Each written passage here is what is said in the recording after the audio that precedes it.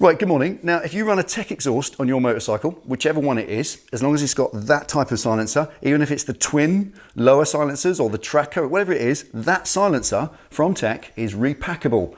If over time the baffle wadding deteriorates, which it does, it's just life. All exhausts that run baffle wadding, it can deteriorate, it becomes echoey and hollow and a little bit too loud, then you can pull them out, strip them all apart, put new baffle wadding in and rebuild them to return that lovely thick solid sound that they've got right now. Now if I do that, it means drilling out the rivets, pulling out the back cap, and inside there's that perforated steel tube, and you get a little piece of metal with a hook on it, reach in and just hook it out, because there's nothing holding that in other than the baffle. Now, if you want to run the bike, as I do, here, with no baffle, then there's nothing holding that tube in. So, you may see the tack weld inside, a couple of little tacks in there to hold that tube in, which means in the future grinding them out, or you can cut your baffle down. You don't need all that, get rid of all that. It's this ring on the front, this piece around the outside. If you just cut that piece out, and you can run just that lip on the edge, enough to hold that in. That's fine, so you've done it. You've got all of that perforated mesh held in place safely, so it's not going to fall out the back, and at the same time you can remove the circlip and you can still repack your baffle in the future if you want to.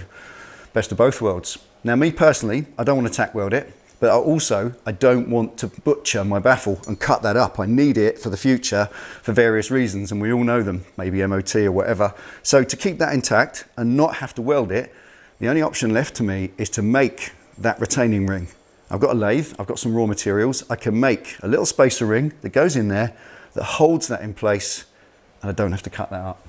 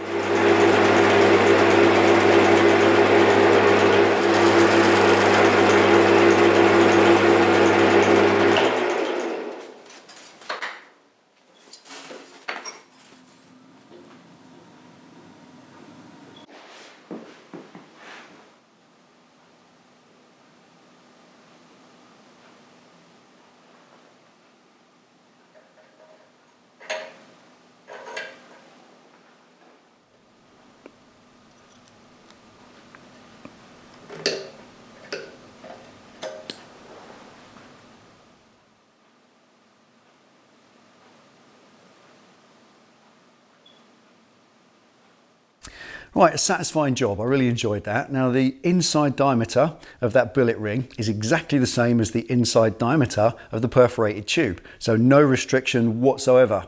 And whilst that ring retains all of the physical contents of my silencer, it also releases all of the sound at the same time. So to sign off the job properly, let's fire it up.